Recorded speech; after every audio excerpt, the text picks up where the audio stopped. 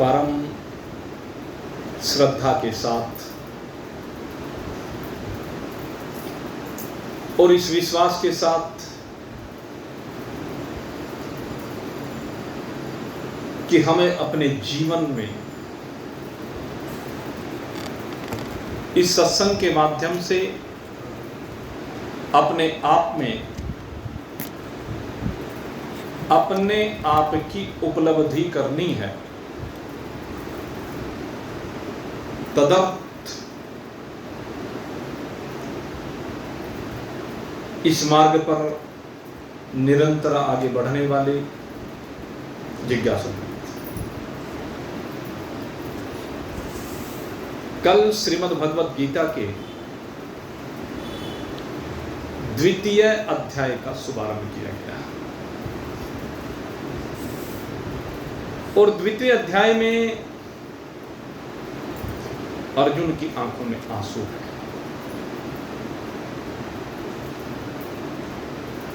कारण कायरता नहीं। यद्यपि भगवान वेदव्यास जी ने इसको कायरता लिखा, लेकिन ये कायरता दो प्रकार की। एक कायरता तो यह है कि हम में साहस नहीं है, हम में बल नहीं है, तब हम पीठ दिखा रहे हैं। तो अर्जुन में इस तरह की कायरता नहीं, इसलिए मैं कह रहा हूं कि ये अर्जुन के अंदर ये कायरता नहीं। दूसरी स्थिति है वो अपने सामने अपने संबंधी जब होते हैं और संबंधियों की हानि को जब ये जीव देखता है तो इसके अंदर का मोह स्फुरित हो जाता है, उनके विनाश की कल्पना से। और उस मोह के कारण अर्जुन या हम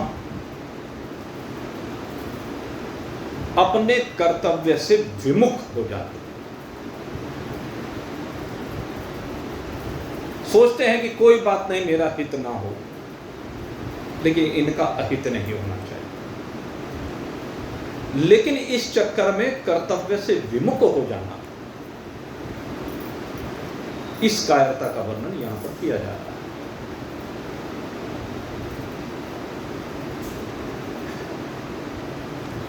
संजय यही कहते हैं कि अर्जुन के मन में विषाद है, घबराहट नहीं है कि योद्धाओं को देख करके घबरा गया हो।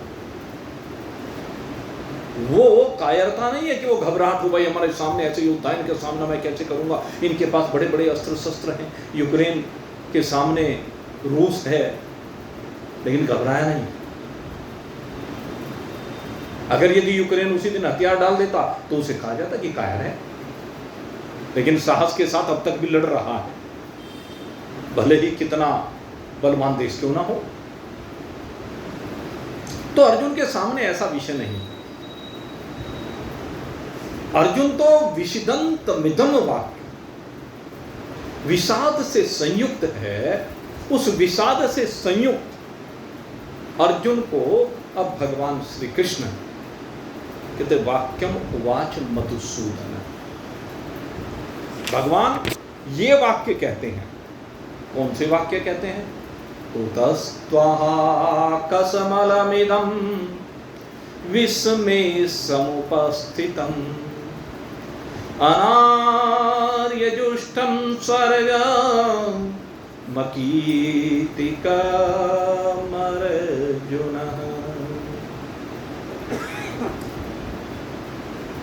भगवान कहते हैं, हे अर्जुन, कुतस्त्वाहा, भाई अर्जुन, तेरे अंदर ये ऐसा क्या कसमलम इदम, ये ऐसी कायरता, ऐसे हथियार को डाल देगा ये दोष तेरे अंदर आया कहां से?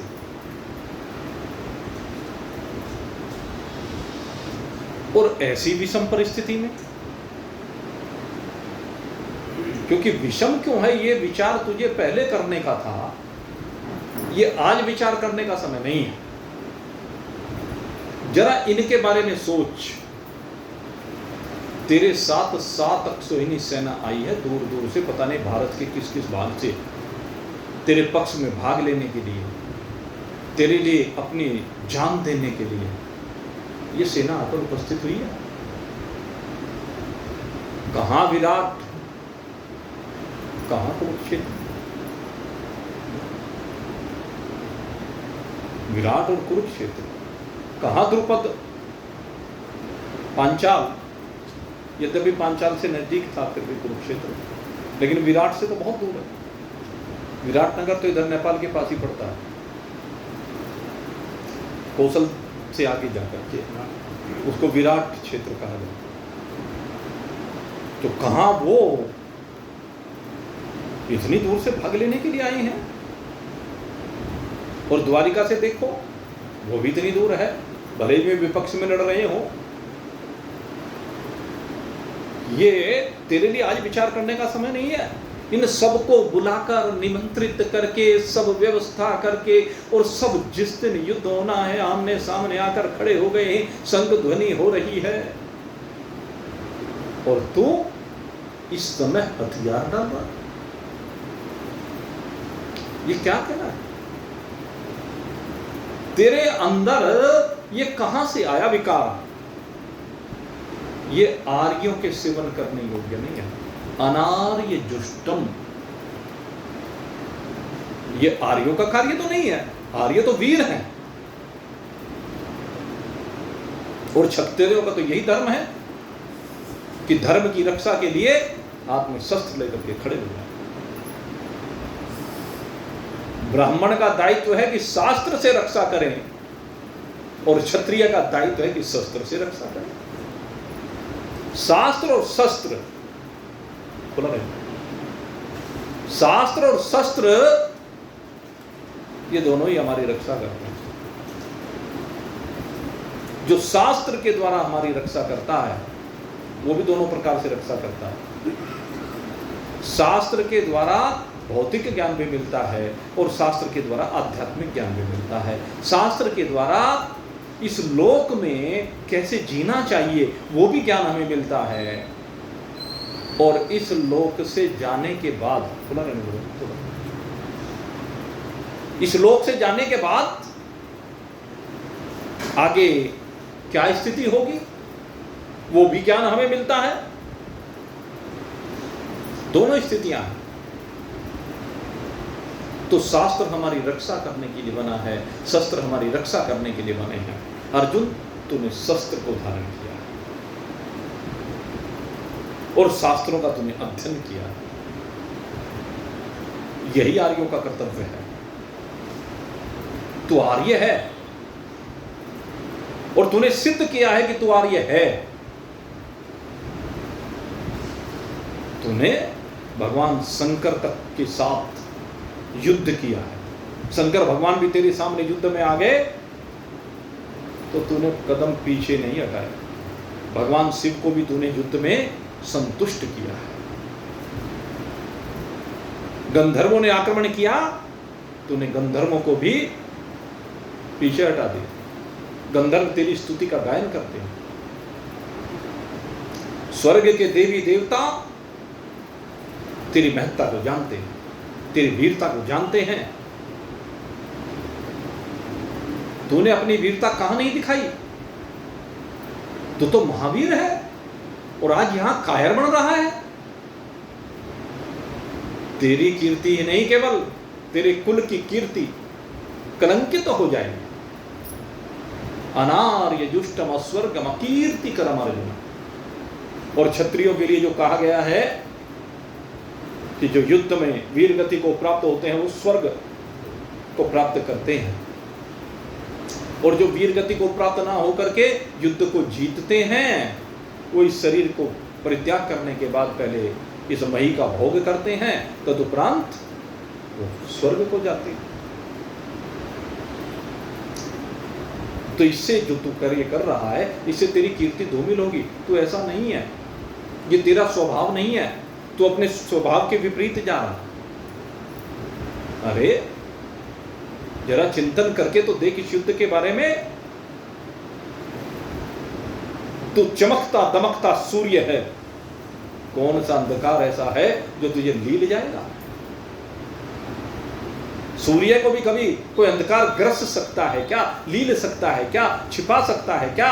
सूर्य कभी नहीं छिपता, सूर्य सदा उदित रहता है। और तू सूर्य के समान है, सूर्य के समान तेजस्वी है, प्रतापी है। काहे से डर रहा है? अरे आकाश में कितने मेघ आ जाएं, वायु उन मेघों से डरता है क्या? वायु में इतनी शक्ति सामर्थ्य है, कितने मेघ आ जाए सबको उड़ा करके ले जाता है, छिन्न भिन्न कर देता है। बड़े से बड़ा बादल का टुकड़ा है कि तहस नहस करूंगा, लेकिन जब हवा अपनी पर आ जाए तो सारे को तहस नहस कर डालती है। तेरे सामने ये क्या है? ये मेघ के समान गरजने वाले। अर्जुन तो वीर है। तू कैसा वीर है? तू वीरों में सिंह है, भरत ऋषभ।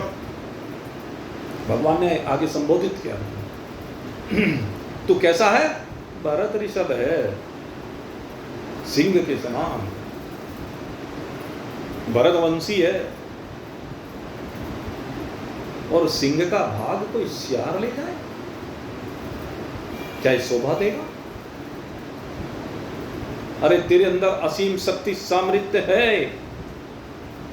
ये तो लकड़ी है, मिट्टी है। कौन सी ऐसी लकड़ी है जो अग्नि को ग्रस जाए? तो अग्नि के समान तेजस्वी, अग्नि के समान दैदीप्यमान है। तू इनको ग्रसने के लिए बना है, ये तुझे ग्रसने के लिए नहीं बने हैं।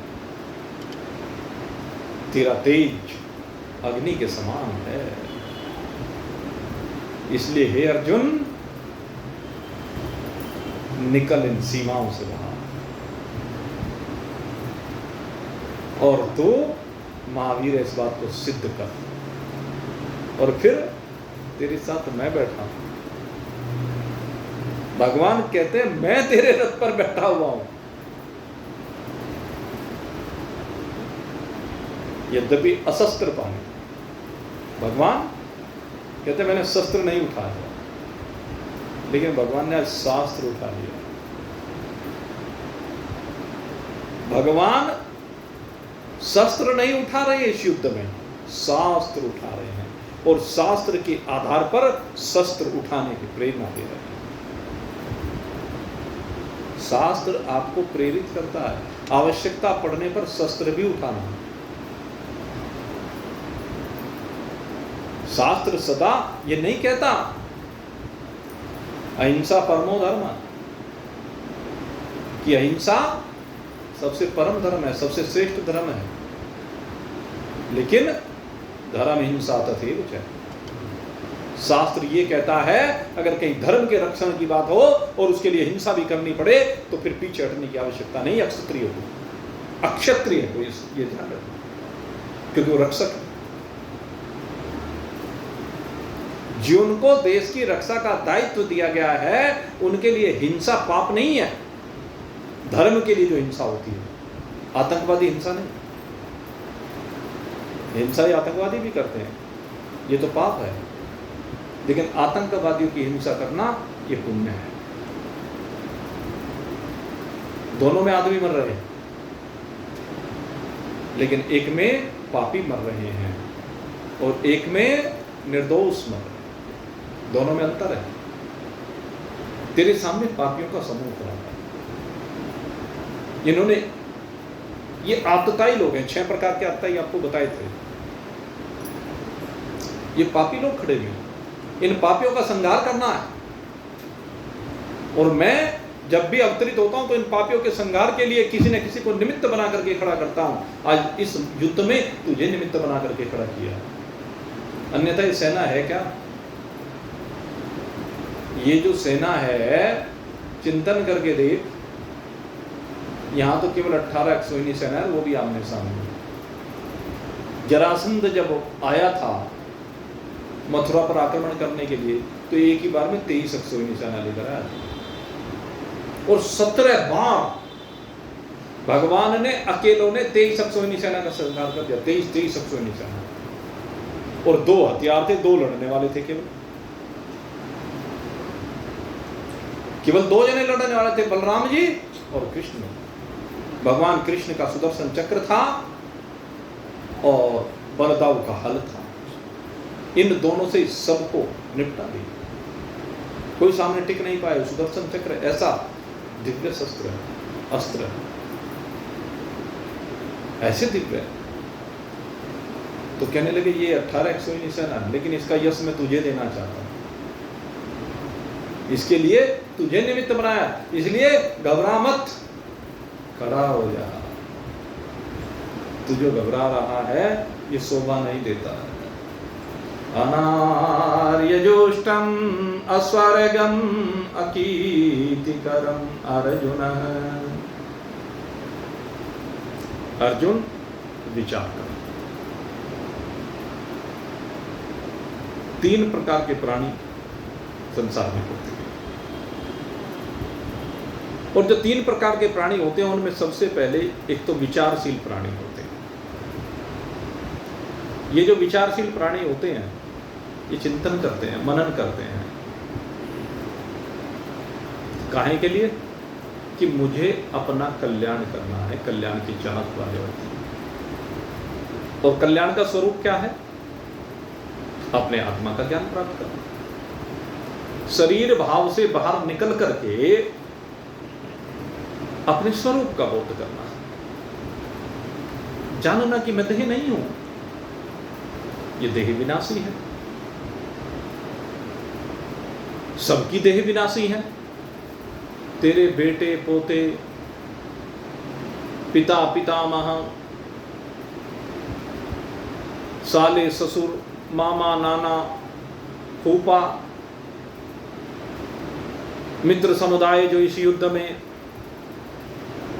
जो भी आया है युद्ध करने के लिए, इन सबके ही शरीर विनाशी हैं, इन सबके ही शरीर जाने वाले हैं। उनमें निमित्त कोई भी बने तो सारी देह विनाशी हैं। संसार में कोई ऐसी देह नहीं है जो सदा रह जाए। सप्त चिरंजीवी तो हमारे यहां कहे गए, लेकिन अमर किसी को नहीं कहा। देह से किसी को अमरता नहीं मिली है।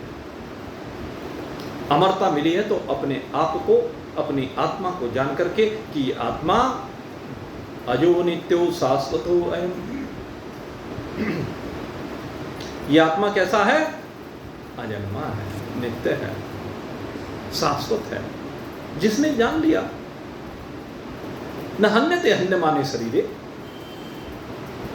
शरीर के मारे जाने पर ये आत्मा कभी मरता नहीं है। न जायते म्रियते वा कदाचिन्नाय भूत्वा भविता वा न भूया। ये आत्मा न कभी जन्मता है न कभी मरता है। इसमें मुख्य बात क्या है? आत्मा का कभी जन्म भी नहीं होता है और न आत्मा का कभी मरण होता है। और ये जो कुछ लोग कहते हैं कि भाई आत्मा एक शरीर को छोड़कर दूसरे शरीर में चली जाती है, तो जीवात्मा को लेकर के आत्मा कहते हैं, क्योंकि आत्मा तो व्यापक तत्व है, नित्य सर्वगत स्थानु रचलो अयम सनातन। आत्मा कैसा है? नित्य तत्व है, व्यापक तत्व है, स्थिर तत्व है। स्पष्ट का नित्य है, सर्वगत स्थानु अचलोयम सनातन, ये अचल तत्व है, इसमें आवागमन है ही नहीं। जीव भाव को लेकर के आत्मा तो हर चीज को जोड़ करके आप आत्मा कहते हैं। जीव के साथ जुड़ी तो जीवात्मा, पापी के साथ जुड़ी तो पापात्मा, है? महान पुरुष के साथ जुड़ी तो महात्मा। आत्मा सबके साथ है। आत्मा तो इस माइक के साथ है, माइक आत्मा, मोबाइल आत्मा, क्योंकि आत्मा व्यापक तत्व है। आत्मा माने परमात्मा। और जिस चीज को लेकर के हम आत्मा व्यावहारिक रूप से कहते हैं वो जीव है। उस जीव का ही अपने कर्मों के अनुसार आवागमन होता है। बहुत से लोग उस जीव को आत्मा कह देते हैं क्योंकि वो व्यावहारिक उसमें आत्मा शब्द प्रचलन में है। अन्यथा आत्मा शब्द का अर्थ है परमात्मा की वह शक्ति जो इस शरीर को चैतन्यता दे रही है। शरीर को चैतन्यता देने के कारण, शरीर को अस्तित्व देने के कारण, शरीर को शक्ति देने के कारण वो आत्मा कहलाती है, अन्यथा वो परमात्मा ही है। और जो हम कह रहे हैं वो जीवात्मा, वो तो इसलिए समझ का फर्क है, उसमें कुछ फर्क अंतर विशेष नहीं है, शब्द का फर्क है। हम किस रूप में मान रहे हैं, वो दूसरा जो उसको आत्मा कह रहा है वो दूसरे रूप में मान रहा है, उससे फर्क कुछ नहीं पड़ा, बात दोनों की एक ही है।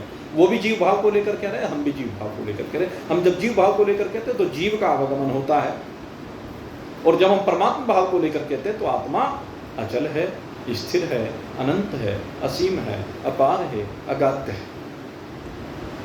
तो जो विचारशील व्यक्ति होते हैं वो अपने इस आत्मा के बोध को प्राप्त करते हैं, और जब आत्म तत्व का ज्ञान प्राप्त कर लेते तो आनंद से संयुक्त होकर के मुक्त हो जाते हैं। और जरा सा यहाँ चिंतन करने की बात है, अगर यदि वो जीव को आत्मा कहें तो जीव का ज्ञान प्राप्त होने से क्या अपने स्वरूप का बोध हो जाएगा? जीव का ज्ञान होने से तो परमात्मा का ज्ञान नहीं हुआ, स्वरूप का बोध नहीं हुआ। जीव तो स्वरूप नहीं हो सकता, जीव तो आवागमन वाला है, जो आवागमन वाला है उसका क्या मोक्ष होना। और जो दूसरी कल्पना की गई है कि वो ईश्वरीय लोक में जाकर के, किसी भी लोक में जाकर के उनकी शरण में रहता है, वहां पर रहता है, तो जीव ही रहता है, वो जीव ही है। जीवत्व से जब मुक्त होगा तब वो परमात्मा के साथ एक रूपता को प्राप्त होगा, तब मुक्ति होगी, और मुक्ति के बाद उन्हें आवागमन नहीं हो सकता। मुक्ति के बाद आगमन का क्या मतलब? अगर मुक्ति हो गई तो फिर आगमन कैसा? जब तक मुक्ति नहीं हुई तब तक आवागमन है इस जीव का, एक शरीर से दूसरे शरीर में, एक लोक से दूसरे लोक में, लोकांतरों में। बहुत से लोग कहते हैं कि मृत्यु लोक ही बस लोक है, आगे यहाँ से कोई स्वर्ग नहीं होता, कोई अन्य लोक नहीं होता। तो भाई तो विज्ञान ने प्रमाणित कर दिया। अभी 2-3 दिन पहले मंगल ग्रह की तस्वीरें आई, और वहाँ पर गुफाएं, और गुफाओं में कुछ जीव दिखाई दी। जीव माने मनुष्याकार आकृति की एक तरह से वो दिखाई दिए। तो ये हमारे यहाँ लाल ग्रह कहा गया, लाल ग्रह से पर आवागमन पहले भी रहा। हमारे मनीषी यात्राएं करते रहे हैं इन लोकों की। वो अलग बात है कि हम जानते नहीं, अज्ञानता है। अगर यदि जान जाएं, इस रहस्य हमारे सामने खुल जाएं, तो फिर कोई विशेष बात नहीं। हमने बचपन में देखा, जब हमने गीता जी पढ़नी शुरू की, अरे क्या मजाक की बात करते हैं। संजय हस्तिनापुर में बैठा, वो कुरुक्षेत्र में युद्ध हो रहा, वहीं बैठे बैठे वो कुरुक्षेत्र के युद्ध को देख रहा है, सैकड़ों किलोमीटर दूर है। ये क्या मजाक की बात करते हो? आज ये बात विज्ञान ने खोज कर ली तो कुछ भी नहीं है। आज हम चाहें तो हमारा ये सत्संग हमने पीछे भी किया, सारे विश्व में प्रकाशित हो रहा था सत्संग। मैं भी चाहूँ 1 मिनट लगेगी और 1 मिनट में ये पूरे विश्व में इसका प्रसार हो जाएगा, प्रचार हो जाएगा। सारे विश्व में कहीं भी देख लो, यहीं बैठे बैठे, सिर्फ मुझे 1-2 क्लिक करने की आवश्यकता है मोबाइल में। यही तो है। तो ये विद्याएं हैं, इनकी जानकारी नहीं है। अरे जैसा भगवान ने ये लोक बनाए, ऐसे अनंत लोक हैं। जरा अध्ययन करके देखे तो बताया अनंत कोटि ब्रह्मांड, एक ब्रह्मांड नहीं, अनंत कोटि ब्रह्मांड है। और एक एक ब्रह्मांड में अनेकों धरतियां हैं। हमारे इस ब्रह्मांड में 7 धरती नीचे कही गई, 7 ऊपर कही गई। नीचे का मतलब ये नहीं कि नीचे सागर के नीचे, सागर के नीचे कहने का मतलब भी ये पूरी की पूरी एक पृथ्वी है। ऐसी अनेक पृथ्वियां हैं जो इस ब्रह्मांड में घूम रही हैं। 14 पृथ्वियां विशेष रूप से 14 कही गई, वैसे तो 14 से भी ज्यादा है, लेकिन 14 में जीवन कहा गया। हमारे इस ब्रह्मांड में 14 पृथ्वियों पर जीवन कहा गया। उन 14 में ये जीव अपने कर्मों के अनुसार ऊपर नीचे आता जाता है। शुभ श्रेष्ठ कर्म करता है तो वहां पर धरती ऐसी बनाई हुई है कि वहां सहज ही सब सुविधाएं उपलब्ध हैं। और जो पाप कर्मों में लगा रहता। उनके लिए क्या है, ऐसे नीचे के लोग हैं जहां कोई सुविधा नहीं, जहां बहुत से पापों की सजा भोगता है, अनेक प्रकार के कष्ट भोगता है। बहुत से कह देते हैं कि इस पृथ्वी पर क्या कमी है कष्ट भोगने के तरीकों की। बात ठीक है, इस पृथ्वी पर कुछ लोग ऐसे कष्ट भोगते हैं, लेकिन वहां पर सारे ही ऐसे कष्टों में रहते हैं।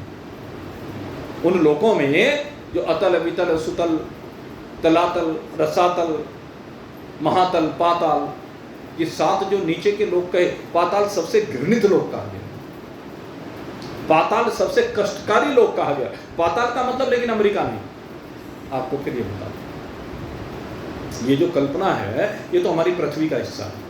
पाताल का मतलब अमेरिका नहीं। बहुत से लोगों ने ये पाताल ही है, नहीं भाई। पाताल का मतलब वो लोग जहां कोई सुविधा नहीं है, जहां पर गंदगी ही गंदगी है, जहां पर इस जीव को जाने के बाद कष्ट ही कष्ट है, क्योंकि वहां कष्टों का भोगने के लिए जा रहा है। जहां पर सारे रास्ते ककरीले पथरीले नुकीले हैं, जो शरीर को जीर्ण शीर्ण कर देते हैं, ऐसे जीव वहां पर रहते हैं। वो ऐसा लोग है जहां पर उनको अग्नि में तपना पड़ता है, अग्नि में जलना पड़ता है। इस तरह के लोग हैं जहां पर दलदल में ही उसको रहना पड़ता है। ऐसे लोग हैं जहां पर भूखे प्यासे भूख से व्याकुल होकर के जीवन को त्याग देना पड़ता है। ऐसे लोग हैं। और ऐसे लोग हैं जहां पर मनोवांछित पदार्थ, जैसे आप यहां बड़ी मेहनत करके कमाते हैं, वो सब पदार्थ वहां पर सहज उपलब्ध है। उस लोक को हमने स्वर्ग लोक कहा। बस तो भगवान ने लोगों की व्यवस्थाएं इस ब्रह्मांड में की हैं, तो अपने कर्मों के अनुसार व्यक्ति आता जाता है, लेकिन ये जीव आता जाता है, आत्मा कहीं आता जाता नहीं है। आत्मा नित्य है, आत्मा सर्वव्यापक है, आत्मा स्थानुर है, स्थिर है, अचल है। जीव के आवागमन को हम आत्मा का आवागमन कह देते हैं। तो इन दोनों के तत्वों को पृथक पृथक समझना चाहिए। आत्मज्ञान होते ही मुक्ति हो जाती है, जब अपने आप को जान लेता है इस रूप से, मैं अनंत हूँ, असीम हूँ, अपार हूँ, अखंड हूँ, अगाध हूँ, सत्य हूँ, चित्त हूँ, आनंद हूँ, दृष्टा हूँ, साक्षी हूँ, केवल्य हूँ, निराकार हूँ, निर्गुण हूँ, अविनाशी हूँ, नित्य हूँ। अनेक विशेषण है, विधेय विशेषण, जिनके द्वारा सीधे सीधे जाना जाता है। एक निषेध विषय है जिनके द्वारा निषेध करके जाना जाता है। विधेय विशेषण माने परमात्मा ऐसा है, परमात्मा सत्य है, परमात्मा चैतन्य है, परमात्मा आनंद है, ये उसके स्वरूप की चर्चा की गई। और जब निषेध करके कि परमात्मा अंत वाला नहीं अनंत है, ये निषेध विषय, अंत वाला नहीं। जब कहा जाता है परमात्मा अपार है, जिसका कोई पार नहीं, परमात्मा की कोई सीमा नहीं, परमात्मा समस्त सीमाओं से परे है, परमात्मा में कोई सीमा नहीं, परमात्मा की कोई सीमा नहीं, व्यापक तत्व है। ये बंद कर दो भाई क्लिक। तो परमात्मा के स्वरूप का सीधे सीधे और निषेध करके दोनों प्रकार से बोध कराया जाता है। हमारे शास्त्रों में ये बोध कराने की विधि बताई गई। तो ऐसा आत्मा है। तो जो विचारशील व्यक्ति होते हैं, पहले प्राणी कैसे हैं? विचारशील। भगवान कहते हैं एक तो विचारशील व्यक्ति, जो विचारशील व्यक्ति होता है वो केवल कल्याण की ओर दृष्टि रखता है। वो संत लोग होते हैं, वो महान पुरुष होते हैं, जिनकी दृष्टि केवल ये है कि मुझे अपना कल्याण करना है, मुझे अपने आत्मा को जानना है, इसलिए वो फंसते नहीं है कहीं। ब्रह्म सत्यम जगन मिथ्या जीवो ब्रह्मेव नापरे। उनके लिए क्या है? ब्रह्म ही एकमात्र सत्य तत्व है, और वो संसार को काम चलाओ समझ करके इसको मिथ्या निश्चित करते हैं। मिथ्या का मतलब ये नहीं कि ये चीज वो खाना बंद कर देते हैं, वो पहनना बंद कर देते हैं, वो कहीं भी रहना बंद कर देते हैं, किसी से बात करना बंद कर देते हैं, नहीं। मिथ्या इसका नाम नहीं होता है। मिथ्या का मतलब ये सब काम चला हुआ है, उसमें उसकी आसक्ति नहीं है। न माम कर्माणि लिम्पन्ति न मैं कर्म फले स्पृहा इति माम यो अभिजानाति कर्म अभिर्न सबध्यते। क्या है? उसकी कहीं आसक्ति नहीं, उसका कहीं लगाव नहीं, उसका कहीं चिपकाव नहीं, वो किसी कर्म से जुड़ा हुआ नहीं है।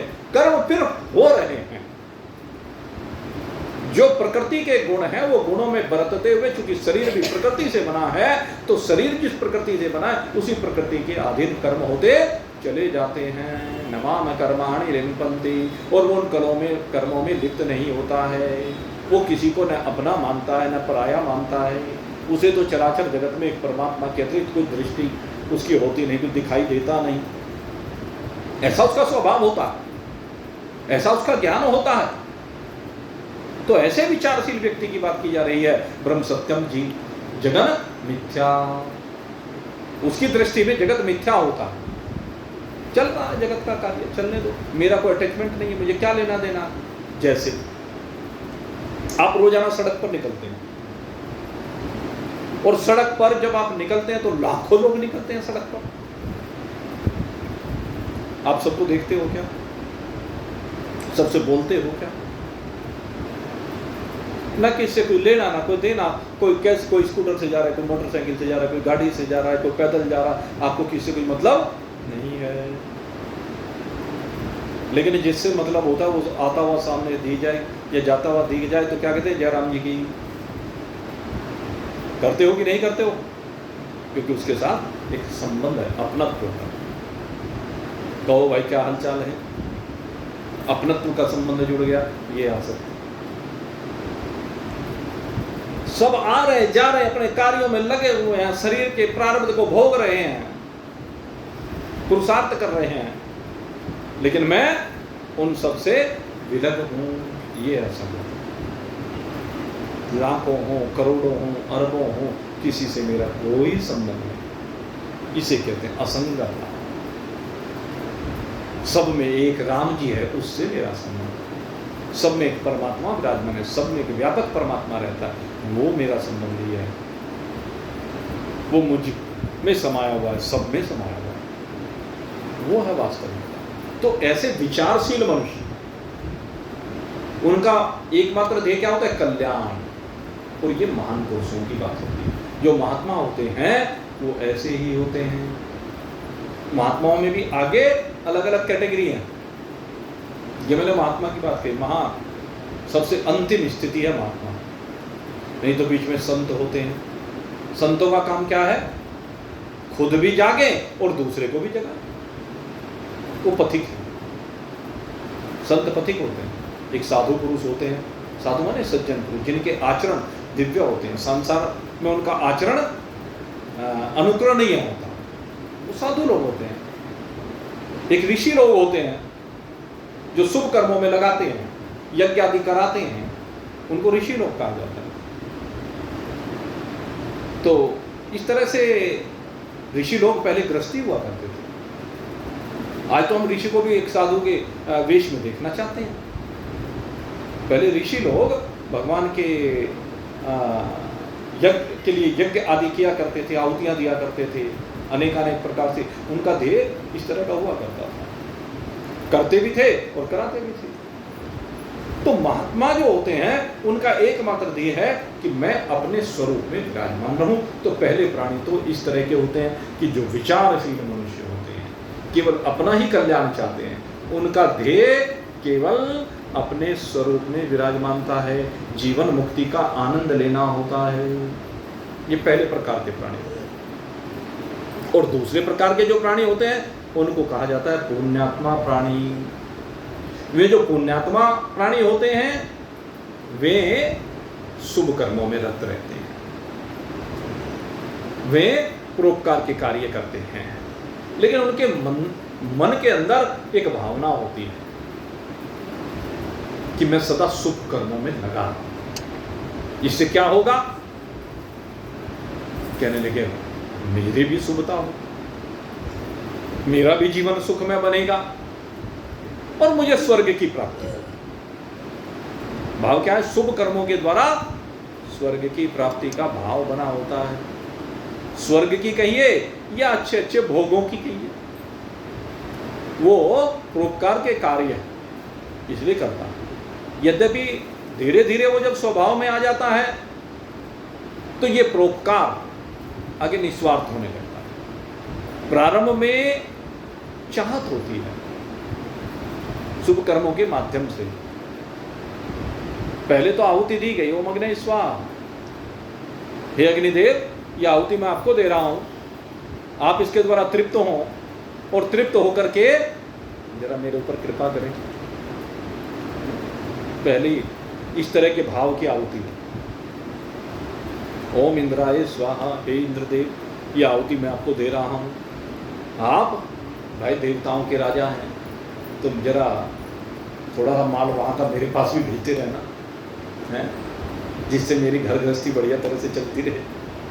ये भाव होता है। शुभ कर्म करने वाले शुरुआत में इस भाव से संयुक्त होते हैं। और ये जब आपने किसी को वस्त्र दान में दिया तो ये भावना, किसी को आपने अनाज दान में दिया तो ये भावना, किसी को औषधि दान में दी तो ये भावना, अन्य कुछ भी आपने शुभ कर्म किया तो ये भावना।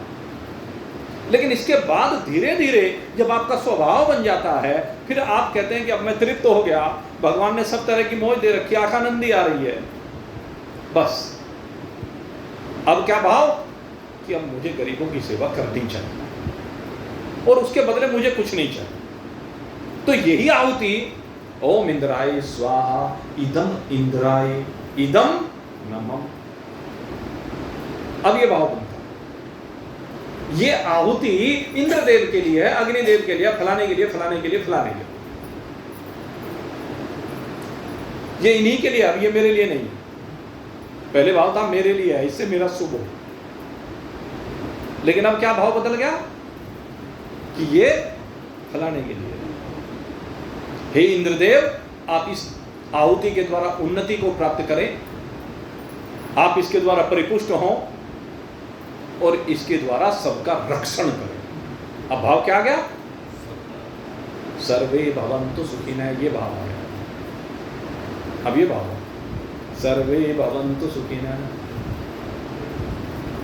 ये भाव है। तो ये भाव जब आ जाता है तो उस समय आपका अंतःकरण पावन होना प्रारंभ हो जाता है और फिर वो कल्याण के मार्ग पर आगे बढ़ जाते हैं ऐसे प्राणी। लेकिन ऐसे प्राणी संसार में बहुत कम हैं। आप चिंतन करके देखिए, आप तो सब सत्संगी लोग हैं, आप सब लोग परोपकार के कार्य करते हैं, आप लोग परोपकार के कार्यों में तो लगे हुए हैं। वो कहीं भी करें, घर में करें, समाज में करें, मित्रों के साथ करें, रिश्तेदारी में करें, जहाँ मौका लग जाता है वहाँ आप सब परोपकार के कार्य करते ही रहते हैं, स्वेच्छा से करते रहते हैं, करने भी चाहिए। लेकिन जरा चिंतन करें क्या भावना है उसके पीछे, कुछ सम्मान पाने की, या सबके कल्याण करने की, सबका हित करने की प्रेरणा देने की देवताओं को, या अपना कल्याण। सब तरह के लोग हैं। तो इन भावनाओं में धीरे धीरे परिवर्तन होना चाहिए जिससे अंतःकरण पावन हो जाए। तो दूसरे प्रकार के जो प्राणी हैं उनको हम परोपकारी प्राणी कहते हैं। शुभ कर्मों में लगे हुए जो प्राणी हैं वो अनेक प्रकार के यज्ञ करते हैं। परोपकार माने यज्ञ। यज्ञ केवल अग्निहोत्र यज्ञ नहीं होता, अनेक प्रकार के यज्ञ हमारे शास्त्रों में कहे गए।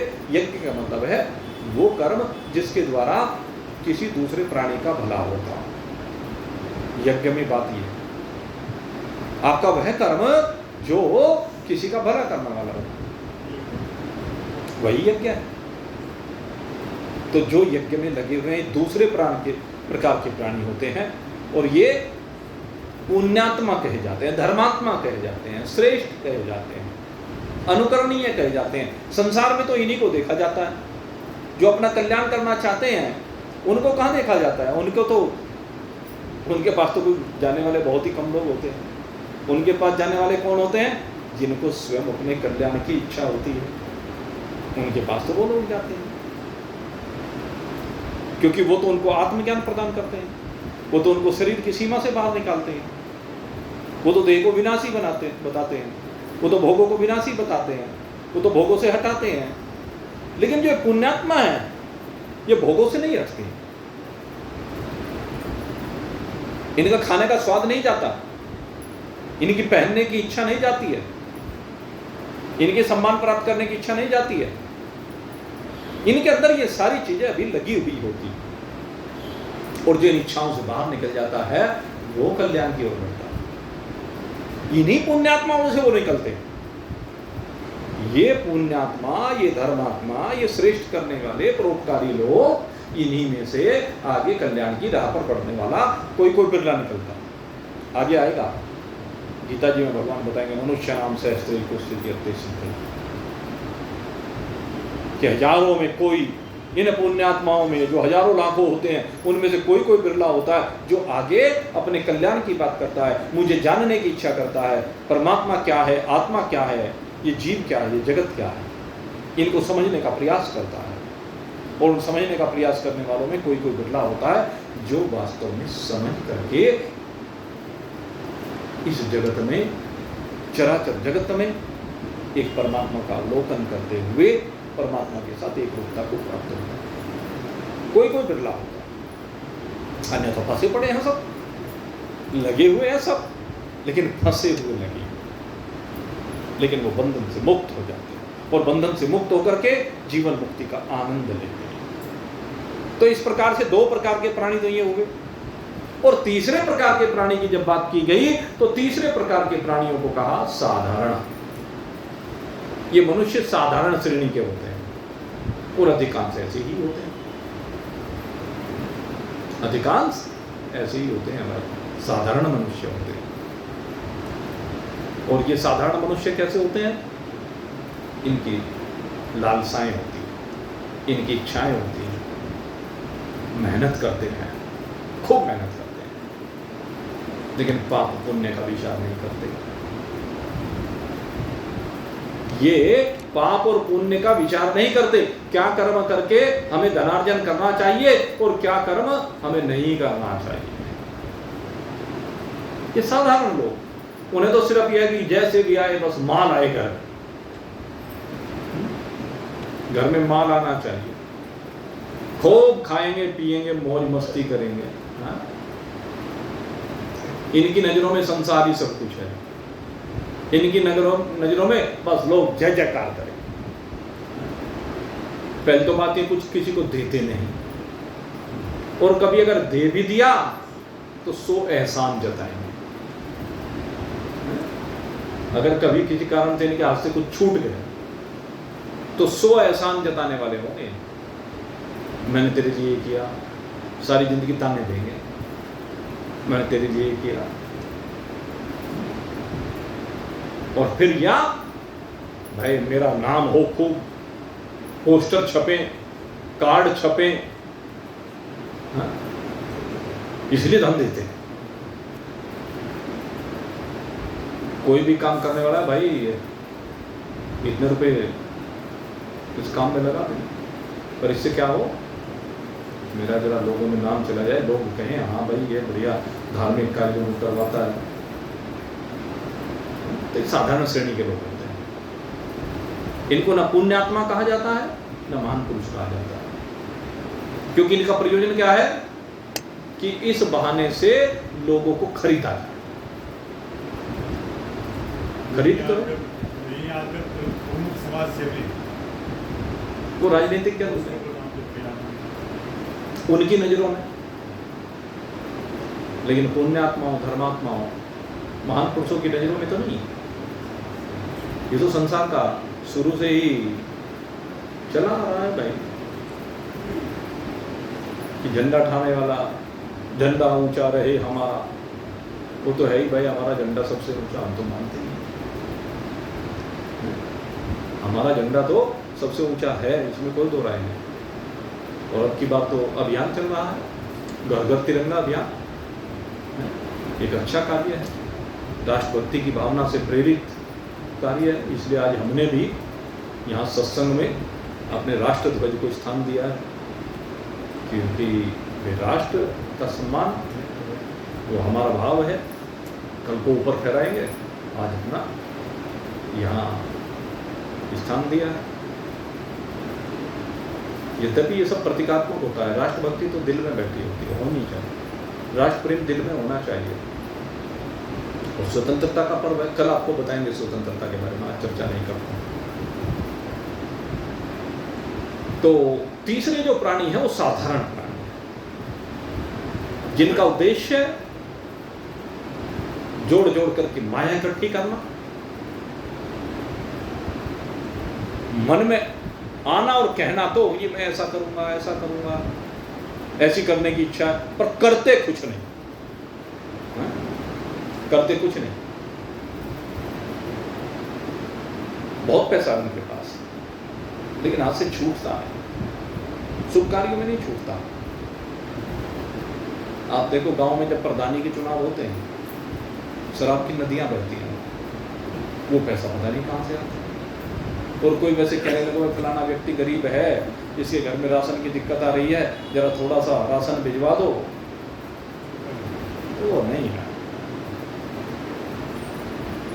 चिंतन की बात, ये साधारण श्रेणी के मनुष्य जो केवल पद प्रतिष्ठा के पीछे रहते हैं, इनको पद प्रतिष्ठा के अतिरिक्त और कुछ नहीं चाहिए। तो 3 प्रकार के प्राणी भगवान बता रहे हैं कि हे अर्जुन, ये जो 3 प्रकार के प्राणी हैं संसार में, अनार्य दुष्टम स्वर्गम कीर्तिकरम अर्जुन, तीनों का से संबंध है। किसी का संबंध अपने कल्याण से है, किसी का संबंध किसी के हित से है, और किसी का संबंध केवल अपने भौतिक विकास से है। वो केवल कीर्ति चाहते हैं, उन्हें कीर्ति के अतिरिक्त और कुछ नहीं चाहिए। तो कहते हैं हे अर्जुन, तेरे अंदर जो भावना आया है कि तू युद्ध का परित्याग करना चाहता है,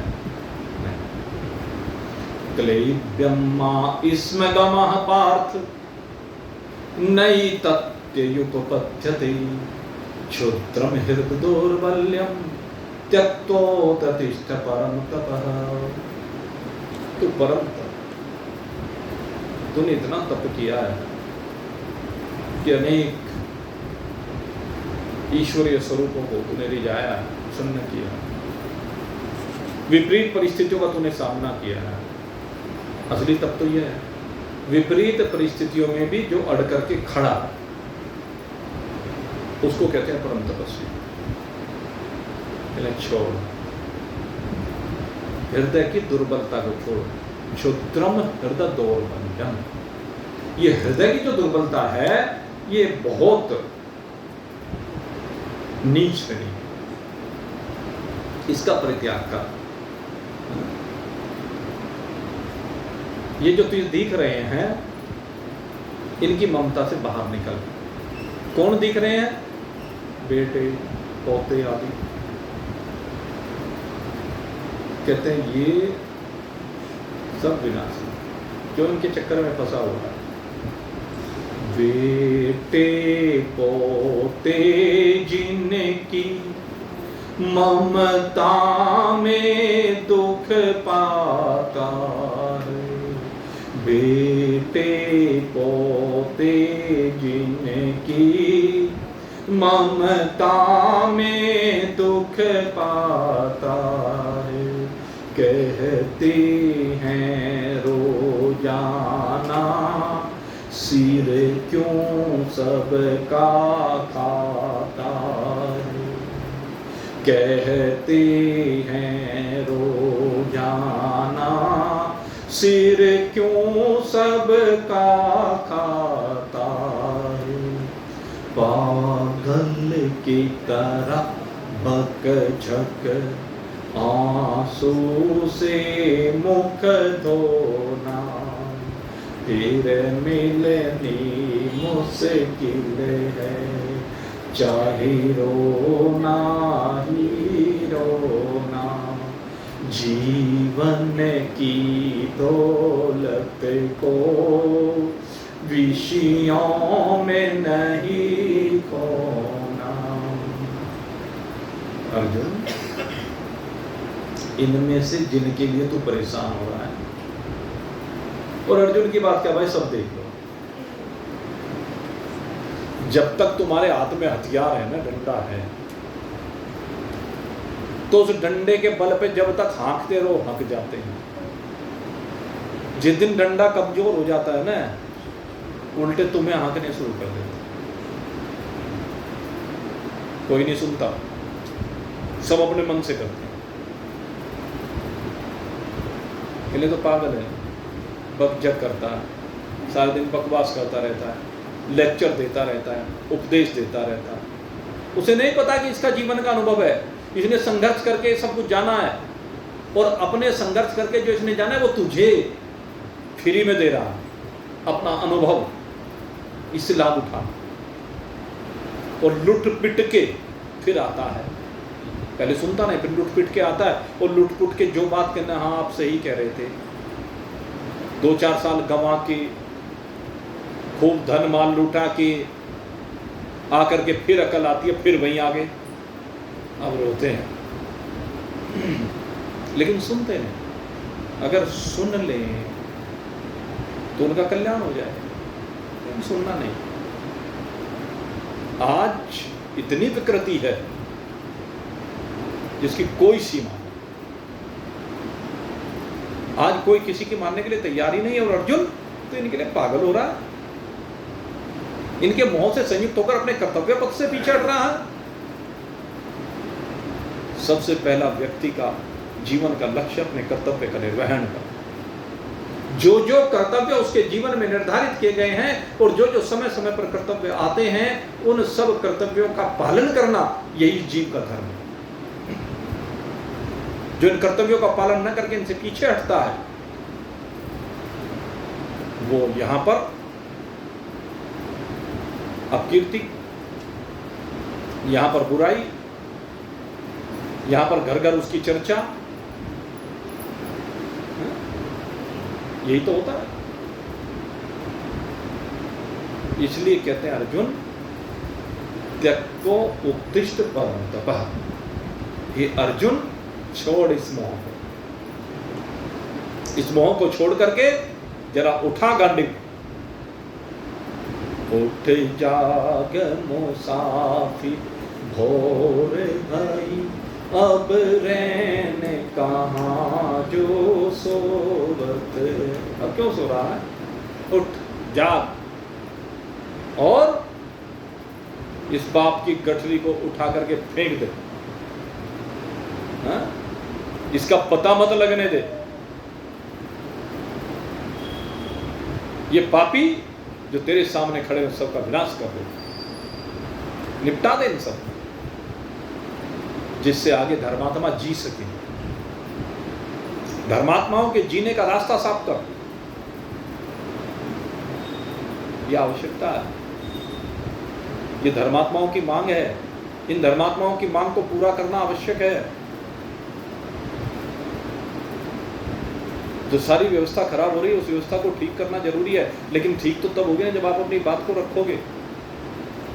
मैं आपको बताऊं, हम जो है अनेक बार लंबी यात्राओं पर गए रेल में। अब रेल में जब यात्राओं पर जाते हैं तो क्या है कि वहां पर जो भोजन सप्लाई होता है वो इच्छा से होता है, शुद्ध भोजन बहुत कम मिलता है। और आप चिंतन करके देखें, जब आप रेल में यात्रा कर रहे हैं, अब 6 यात्री बैठते हैं आमने सामने, उन 6 यात्रियों में एक यात्री अभक्ष्य भोजन आपके लिए वो मंगवा ले, तो जब उसका भोजन आता है आप सीट पे बैठ पाते हैं क्या? उल्टी होने को हो जाती है। तो इसके विरुद्ध कोई आवाज ही नहीं उठाता। अब मैंने ये बात फील की, हवाई जहाज में भी फील की और रेल में भी फील की। और जब ये बात फील की तो मैंने अपने प्रधानमंत्री को लिख करके भेजा, क्या रेल में तो ये तो सार्वजनिक स्थल है, रेल में और हवाई जहाज में ऐसा भोजन परोसा जाना चाहिए जिसको सब खा सके। वहां पर स्वाद की बात थोड़े ना होती है, स्वाद तो अपने घर पर होता है, वहां तो काम चलाना है। तो इसमें तो ऐसा भोजन होना चाहिए जिसको सब खा सके। बराबर में बैठा हुआ यात्री कौन है ये भी तो देखना जरूरी है। अब जो ये अभक्ष्य भोजन को करते हैं, इनके लिए तो हम जो भोजन कर रहे हैं कुछ फर्क नहीं पड़ता है, लेकिन हमें तो फर्क पड़ता है, हमें उठ करके सीट से चलना पड़ेगा। और हवाई जहाज में तो राड यह है कि आप सीट से उठकर भी कहां जाए। रेल में चलो भाई आगे को घूम आए, पीछे को घूम आए, रेल में तो हो जाता है, लेकिन हवाई जहाज में तो आप घूम भी नहीं सकते ऐसे, आपको परमिशन ही नहीं है। अब मैंने लिख के भेजा और मुझे अच्छा लगा अब कि अभी पीछे कुछ ट्रेन जो धार्मिक स्थलों वाली ट्रेनें हैं उनमें ये किया है, क्योंकि उनमें धार्मिक यात्री जाएंगे तो उनके लिए बगैर प्याज लहसुन का भोजन, उनमें बनेगा ही नहीं दूसरा भोजन, हर चीज बगैर प्याज लहसुन वाली बनेगी। तो अपनी डिमांड रखिए तो सही।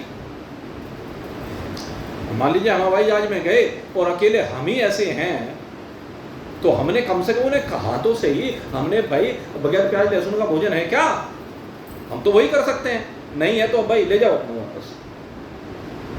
तो ये बात क्या मैसेज नहीं जाएगा? हम अपनी बात को आगे भेजें तो सही। धर्मात्माओं को बात उठानी तो चाहिए कि चौराहों पर जो अंडों की ठेलियां खड़ी कर रखी हैं इनके विरुद्ध हमें बात तो उठानी चाहिए ना। जब कवड़ यात्रा में ये बंद हो सकती हैं तो वो सार्वजनिक स्थलों पर क्यों खड़ी हो? जो अभक्ष्य भोजन करने वाले हैं नहीं मानते हैं, तो कोई ऐसी जगह होनी चाहिए जो गुप्त जगह हो, छिपी हुई जगह हो। सड़क सार्वजनिक स्थलों पर इन चीजों का खानपान निश्चित होना चाहिए, हमें अपनी बात को उठाना चाहिए।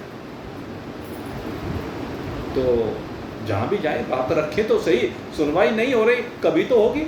हाँ, राम राम कहते रहो जब लग घट में है प्राण, कभी तो दीन दयाल के भनक पड़ेगी कान। सीताराम सीताराम सीताराम हरे, राधे श्याम राधे श्याम राधे श्याम हरे।